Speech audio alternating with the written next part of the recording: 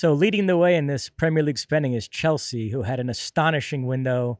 They signed 8 players for more than 300 million euros, and they've already lined up Christopher Nkunku for next season, so you could add him to the mix.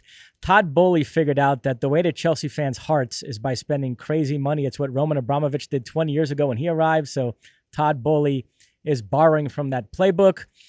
The exclamation point yesterday on deadline day, they signed Argentinian midfielder Enzo Fernández from Benfica for a Premier League record 121 million euros. And yeah, to your point, all the players they're acquiring are young. They're giving them lengthy contracts, and you're allowed to take the money you spend in a transfer and spread it out over the duration of the player's contract.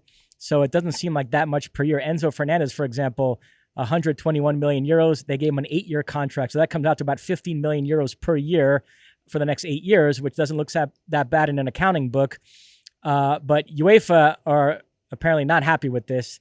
They're talking about implementing a rule that you can only spread a transfer out over the first 5 years of a player's contract, regardless of how long a contract you give him. So we'll see if that rule goes into effect. It would mitigate Why is that. This being fixed now? Like, I say this, and I know people are laughing, but there are smart people behind the implementation. I would submit to you, probably they didn't want to fix it, and they wanted to have loopholes, and they wanted to make it gray as much as they possibly can. So I'll believe it when I see it when it comes to spending. Do you think that there is?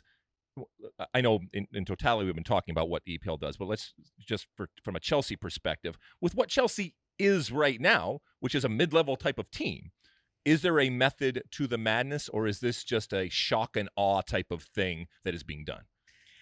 I do question it a little bit, whether there's an actual plan there. I joked on our last podcast that Enzo Fernández is the winner of the James Rodriguez Award for having a World Cup inflate your value. I will say, though, I think he's an excellent player. He's going to help Chelsea. You look at this list of signings, he's the closest thing to a sure thing, I would say.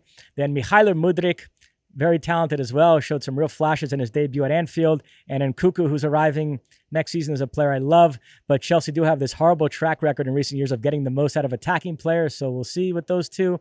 And then there's a whole bunch of young guys that I think are very hit or miss. These Benoit Badiashile and Malo Gusto and Noni Madueke. They could work out, but they might not. I will say, if I can put my Brazilian hat on here for 1 second. Can you ever take it off? Amidst all this crazy spending, they did make one move that I think would end up being an incredible bargain, which is they signed this 18-year-old Brazilian midfielder, Andreas Santos, for only 12.5 million euros. He's a terrific player. Right now, he's captaining Brazil in the South American Under-20 Championships. He's been the best player in that tournament, has 4 goals in 4 games. I'm a big fan of his. When you look at the crazy money that's thrown around on Brazilians, we talked about in our last pod how Brazilians, their value tends to be overinflated. That's an example of you getting a Brazilian for a bargain, because that kid has the potential to turn into a real star. And for them to get him for only 12.5 million euros, I think is an incredible bit of business. But yeah, overall, they spent crazy money. Now, we've talked about this before, this concept of overspending. If there is no salary cap and you're in compliance with financial fair play and you have limitless funds, so spending big on one player doesn't preclude you from spending big on another if you really want him. Does it matter if you see a player you like and he'll make you better? Does it matter if you spend 60, 80, 100? Is that something that fans love to talk about? But in the final analysis, what's the difference? I mean, does the number that's attached to the player matter? Yeah. People get so hung up on, oh, he's good, but you overspent for him. And that really matters in American sports where there's a salary cap, and you overspending on a player can hurt your ability to strengthen other positions. I wonder sometimes at high-level European football, we talk about this stuff, overspending, but does it actually matter? Yeah, I mean, because it doesn't have a direct hit, or it doesn't put the spender in a problematic position, literally financially.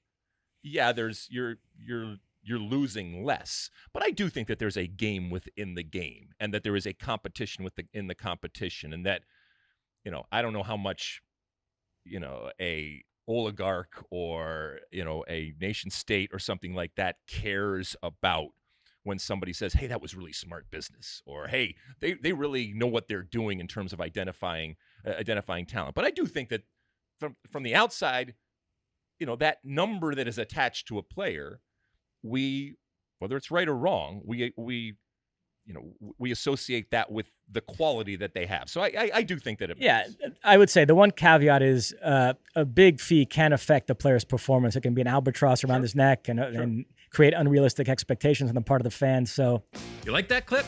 Well, my State of the Union podcast drops every week. Subscribe now on Apple Podcasts, Spotify, or wherever you get your podcasts. You like that clip? Well, my State of the Union podcast drops twice a week right here on my very own YouTube page. The only way to stay up to date is to hit that subscribe button down below. Size the day, and see you soon.